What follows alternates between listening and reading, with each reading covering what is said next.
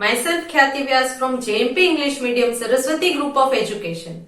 Today I am conducting this session for grade 5. Subject is SS. We are discussing chapter number 8, the frigid zone, and this is my session number 2 for this chapter. So kids, what have we learnt in our previous session? Previous session में हमने क्या सीखा था? We learned two things regarding this chapter. Firstly, the location of the frigid zone and secondly, the climate of the frigid zone. ये दो चीजें हमने already सीख ली है. So now, in today's session, we will learn regarding the plant life. वहां पर किस तरह के plants grow करते हैं उसके बारे में. Animal life, कौन कौन से एनिमल्स एंड बर्ड्स वहां पर जिंदा रह सकते हैं उसके बारे में. एंड द ह्यूमन लाइफ, लोग, as I told you, very little people can stay there, only few people will be there, no much population. तो जो लोग वहां पर रहते हैं वो किस तरह की लाइफ जीते हैं उसके बारे में हम आज के सेशन में सीखेंगे. Plant life, animal life and human life. Now, let us start. The soil is permanently frozen except in the summer season. यहाँ पर जो है soil permanently frozen, बर्फ से ढकी हुई होती है, except in summer season. But summer season में थोड़ी बहुत snow melt हो जाती है, इसीलिए soil frozen रहती नहीं है. Thus, hardly any crops or plants grow here. And only the very hardy ones survive. तो यहाँ पर ज्यादा प्लांट्स या ट्रीज ग्रो होते ही नहीं है और जो भी ग्रो होते हैं वो बहुत हार्डी मतलब क्या है, एकदम स्ट्रांग होते हैं तो ही वो यहाँ पर जिंदा रह सकते हैं. अगर एकदम हमें केयर करनी पड़े, इस टाइप का प्लांट है, बहुत ज्यादा केयर लेनी पड़ती है, पानी रोज डालना पड़ता है, धूप में रोज रखना पड़ता है, तो उस टाइप के प्लांट्स यहाँ पर रहेंगे नहीं. मगर जो बहुत स्ट्रांग प्लांट्स है, हार्डी प्लांट्स मतलब जो बहुत स्ट्रांग है, उसी टाइप के प्लांट्स यहाँ पर सर्वाइव करना मतलब जिंदा रह सकते हैं. When the snow thaws in summer, some shrubs such as mosses, lichens and grass grow. जब समर में थोड़ी बहुत सनलाइट यहाँ पर होती है, करेक्ट, तब उसी टाइम पर आप यहाँ पर थोड़े बहुत मोजेस, जो एक टाइप का ग्रास है, पिक्चर दी है आपकी टेक्स्ट बुक में, मोजेस, देन लीचन्स भी एक छोटा छोटा एकदम ग्रीन कलर का पार्ट होता है, लीचन्स एंड ग्रास. एक ग्रास थोड़ा बहुत ग्रो हो सकता है, ज्यादा कुछ ग्रो होगा नहीं. A few flower bearing plants and berry bearing shrubs such as blueberries, cranberries and wild currants are seen. कुछ flower bearing plants grow होते हैं जिसमें फ्लावर उग सकते हैं, एंड कुछ बेरीज मतलब छोटे छोटे जो होते हैं उन्हें हम बेरीज कहते हैं, छोटे छोटे फ्रूट्स तो बेरीज कहते हैं, जिनमें blueberries, then cranberries and wild currants, ये सारे के सारे यहाँ पर ग्रो हो सकते हैं बिकॉज वो बहुत स्ट्रांग होते हैं, दे कैन सर्वाइव. और ये भी ज्यादातर समर में ही ग्रो करते हैं, बाद में विंटर में कुछ भी ग्रो होगा नहीं. सम inhabitants do grow a few vegetables for personal consumption.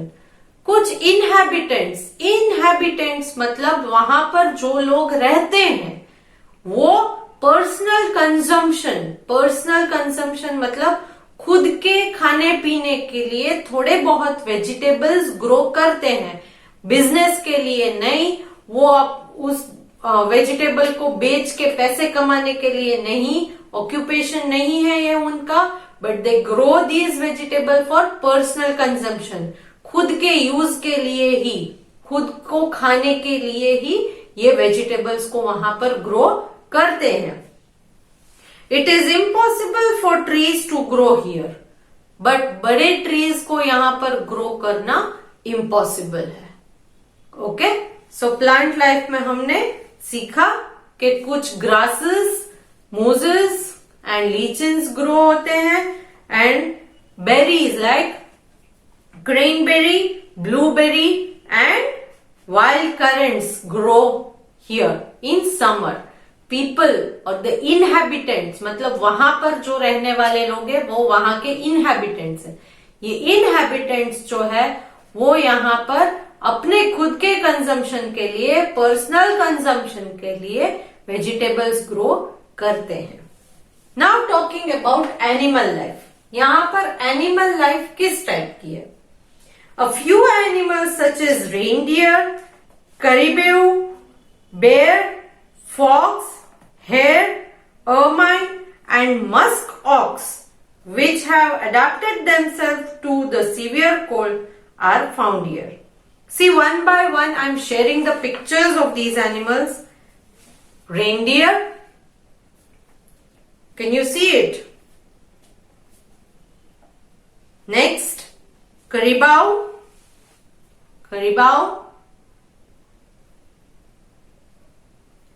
Next, bear.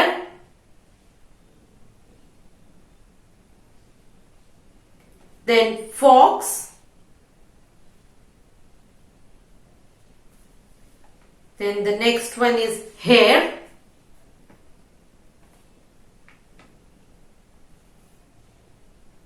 Ermine. And musk ox. ये सारे के सारे एनिमल्स जो है वो यहां पर रहते हैं because they can handle the severe conditions. ये स्ट्रोंग होते हैं और ये यहाँ के severe conditions, extreme cold conditions को बेयर कर सकते हैं, इसीलिए ये यहाँ पर पाए जाते हैं. Some birds such as Arctic tern and snowy owl also inhabit the region. यहाँ पर कुछ birds जैसे कि आर्कटिक टर्न है and snowy owl. See, I am sharing a picture. Arctic tern, snowy owl. Okay, तो ये birds है जो यहाँ पर पाए जाते हैं. These animals survive the extreme cold because of the thick white coat of fur on their body. ये यहाँ पर सरवाइव कर सकते हैं. क्यों? क्योंकि इनकी बॉडी के ऊपर थिक व्हाइट फर होता है जो इन्हें कोल्ड, ठंडी से, बर्फ से बचाता है. ओके, सो हम भी कभी कभी ठंडी होती है विंटर टाइम पे हम ब्लैंकेट या रजाई ओढ़ लेते हैं. तो अभी आपने देखा होगा कि ब्लैंकेट फर वाले भी मिलते हैं, करेक्ट? वो हम क्या है, वो फर जो है वो आर्टिफिशियल फर होता है, वो थ्रेड से बना हुआ होता है, सिल्क की थ्रेड से. बट उन लोगों की बॉडी पर, इन एनिमल्स की बॉडी पर तो है ना नेचुरली गॉड गिफ्टेड फर होता है जो इन्हें इस कंडीशन में जिंदा रहने के लिए हेल्पफुल होता है, इस सीवियर कंडीशन में जिंदा रहने के लिए हेल्पफुल होता है. When the snow melts, the color of the fur changes to grayish brown, which camouflages the animal. तो इसमें क्या होता है, जैसे स्नो कम हो जाता है समर में एंड वहां पर जो एनिमल रहते हैं वो विंटर के टाइम में उनके बॉडी का फर भी फुल कंप्लीट व्हाइट, तो इस वजह से वो वहां जो स्नो होता है व्हाइट उसके साथ इसका फर भी व्हाइट है एनिमल का, तो कैमोफ्लेग मतलब देखने में एक जैसे लगने लगते हैं, डिफिकल्ट टू सी, उसे कैमोफ्लेग कहते हैं. क्या कहते हैं? Camouflage. When those two colours merge with each other we can not differentiate which is animal and which is snow. But when these ice melt, जब ये आइस मेल्ट होता है, at that time these animals fur will also change it colour. ये animal के fur भी colours change करते हैं, it becomes greyish brown. Again what happen, it will camouflage itself with the surrounding. उसके आजू बाजू के कलर के साथ वो खुद के कलर को कैमोफ्लेग कर देता है. Apart from these animals and birds, plenty of fishes, whales, seals and walruses are also found here.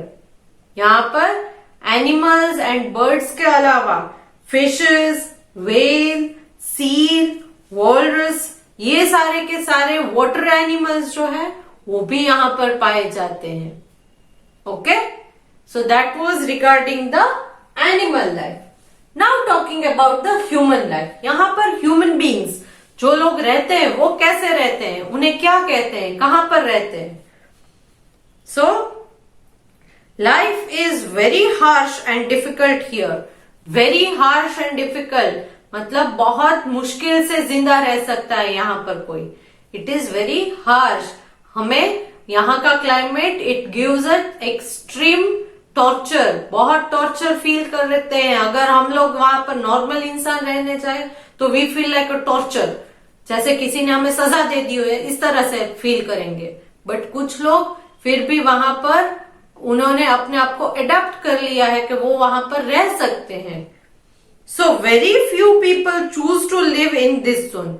इसीलिए फ्रिजिड जोन में बहुत कम लोग हैं जो रहना पसंद करते हैं. In the Arctic, we find the Inuits who have adapted themselves to the harsh condition.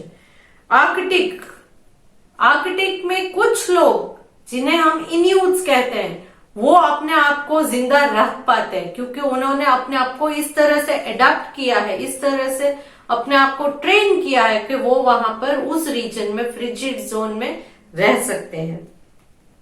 Hunting, trapping of animals and reindeer herding are the major occupations of the people. यहाँ पर वेजिटेशन कम है, इसीलिए खाने पीने के लिए और बाकी सारी चीजों के लिए एनिमल्स पर ही डिपेंडेंट रहना पड़ता है. इसीलिए वो हंटिंग करते हैं, शिकार करते हैं, फिर उसके मीट को खाते हैं. तो animals meat they eat, so that is why they do hunting.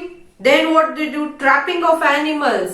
Animals को पकड़ना and reindeer herding. Reindeer को पकड़कर वो पालते हैं. Reindeer herding बोलते हैं. Reindeer को पालते हैं. जैसे हम गाय बकरी पालते हैं ना, वो लोग reindeer को पालते हैं. They also catch fish such as a salmon and Arctic char along the coast. Coastal area, जो वहां का कोस्टल एरिया है वहां पर वो फिशिंग भी करते हैं जिसमें वो साल्मनिंग एंड आर्कटिक चार ये अलग अलग टाइप्स की फिशेस को पकड़ते हैं. Earlier the Inuits were known as Eskimos and lived in the houses called igloos which were made of ice. तो ये जो है पहले इन्यूट्स को एस्किमोस कहा जाता था. क्या कहा जाता था? Eskimos. People who live in polar region are known as Inuits. Earlier they were known as Eskimos. Polar region में जो लोग रहते हैं उन्हें इन्यूट्स कहते हैं और पहले क्या कहा जाता था उनको? एस्किमोस. और वो कहां पर रहते थे? उनके घर को क्या कहते थे? बंगलो, फ्लैट या फिर हट कहते थे? नहीं, उन्हें हम ईग्लूज कहते हैं. क्या कहते हैं? ईग्लूज. क्यों ईग्लूज कहते हैं? Because they were made up of ice and they use to hunt whale, seal, walrus with harpoons. इन सारे एनिमल्स को हंट करते थे ये इन्यूट्स या एस्किमोस. और हंट कैसे करते थे? With the help of harpoons. Harpoons क्या है? Spear tied with the leather rope. एक स्पीयर होती है, मतलब स्पीयर का मतलब क्या है? एकदम ऊपर से शार्प वाला, नीचे स्टिक होती है और वो किस तरह से टाई करते हैं? लेदर रोप से. Bows and arrows which were made of wooden and the whale bone were also used. Bow and arrow मतलब धनुष बाण भी यूज करते थे जिसमें वो वुड से बनाते थे. एंड व्हेल बोन्स, व्हेल के बोन्स है ना, उसको भी यूज करते थे इन बो एंड एरो को बनाने के लिए. They would hunt these animals on small boats known as kayaks. ये इन एनिमल्स, वाटर एनिमल्स को हंट करने के लिए छोटी सी बोट का यूज करते थे जिसको कयाक्स कहते हैं। क्या कहते हैं? Kayaks. Many changes have taken place in the lives of Inuits since then. तब के जमाने से आज जो हम डेवलप करते जा रहे हैं तो उनकी लाइफ में भी बहुत सारे चेंजेस आए हैं। हम जैसे पहले के जमाने में रहते थे, क्या हम आज भी वैसे ही रहते हैं? नो, हम में भी बहुत सारे चेंजेस आ गए। तो सेम वे वहां पोलर रीजन में भी जो लोग रहते हैं उनकी लाइफ में भी चेंजेस तो आए ही होंगे ना। Yes, so their lives have also changed. They no longer use harpoons but have started using rifles to hunt animals. अब वो लोग हारपून्स का यूज नहीं करते हैं, अब वो लोग राइफल्स मतलब एक गन जैसा होता है उसका यूज करते हैं हंटिंग के लिए, एनिमल्स को हंट करने के लिए। अब हारपून्स का यूज नहीं करते हैं। They have also started living in permanent wooden houses instead of igloo.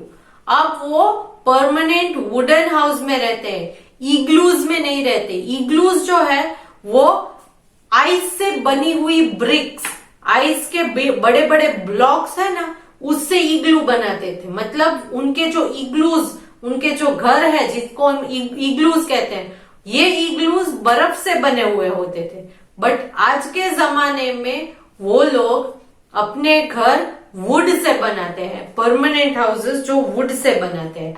अब वो इग्लूज में नहीं रहते। Beside the Inuits, there are other people such as the Lapps found in the northern part of Scandinavia and Samoyeds, Yakuts and Chukchi found in Siberia. ये लोग सारे इग्लू ये हमारे जो एस्किमोज हैं उनके अलावा भी कुछ लोग पाए जाते हैं जिनमें है लैप्स जो नॉर्दर्न पार्ट ऑफ स्कैंडिनेविया में रहते हैं, and Samoyeds, Yakuts and Chukchis found in Siberia, ये साइबेरिया में पाए जाते हैं। तो ये था ह्यूमन लाइफ के बारे में, ये था ह्यूमन लाइफ के बारे में। कहाँ के ह्यूमन लाइफ के बारे में? The frigid zone. So here we come to the end of this session and end of this chapter as well. यहाँ पर हमने इस चैप्टर का एक्सप्लेनेशन खत्म कर दिया है। तो in this chapter we learn regarding the climate. Climate में हमने क्या सीखा? विंटर आर सीवियर, बहुत एक्सट्रीम कोल्ड, -40 डिग्री तक चला जाता है कभी कभी। समर आर कोल्ड, समर में भी ठंडी तो रहती है, टेम्परेचर 3 डिग्री से 12 डिग्री सेल्सियस तक वेरी करता है। रेनफॉल 15 to 30 सेंटीमीटर जितना ही होता है पर ईयर। देन प्लांट लाइफ में shrubs such as mooses, lichens and grass, cranberry, blueberry and wild currants are grown. इस टाइप के प्लांट्स छोटे छोटे समर सीजन में थोड़े बहुत ग्रो होते हैं। एनिमल लाइफ में reindeer, caribou, then bear, fox, hare, ermine, musk ox, fish, whale, seal and walrus and birds such as Arctic tern and snowy owl are found. ये सारे के सारे एनिमल्स एंड बर्ड्स भी यहाँ होते हैं। ह्यूमन लाइफ, ह्यूमन लाइफ में पहली बात कि यहाँ पर ये क्या काम करते थे? तो इनका ऑक्यूपेशन था hunting, trapping of animals and reindeer herding. ये काम ये लोग करते हैं ह्यूमन लाइफ में। हमने सीखा कि इनका ऑक्यूपेशन क्या है? Hunting, reindeer herding and trapping of animals. Then कौन से लोग यहाँ पर रहते हैं? फर्स्ट इन्यूट्स, जिसको हम एस्किमोस भी कहते हैं, इन्यूट्स, लैप्स, देन सेमोइड्स, याकुत्स एंड चुकचीस। ये सारे के सारे लोग यहाँ पर रहते हैं। In my next session, we will discuss the textbook exercise given in your book. आपकी बुक में जो एक्सरसाइज दी गई है पेज नंबर 314 में, वो हम डिस्कस करेंगे नेक्स्ट सेशन में। So as I have told you earlier, exercise discuss करने से पहले you go through the chapter completely from your text book, read the chapter Understand every point. If you are having difficulty, go through the video once again and then you will find it much easier to solve the exercise. Exercise solve करना easy हो जाएगा जब आप ये chapter पूरी तरह से समझ लोगे, सीख लोगे. Pronunciation you have to learn correctly. Okay, so I hope you will solve the worksheet which I am sending along with this video. It is completely fill in the blanks based. You will find the answers in the textbook or you can go through the video and find the answers. Okay? So see you in the next session. Bye for now.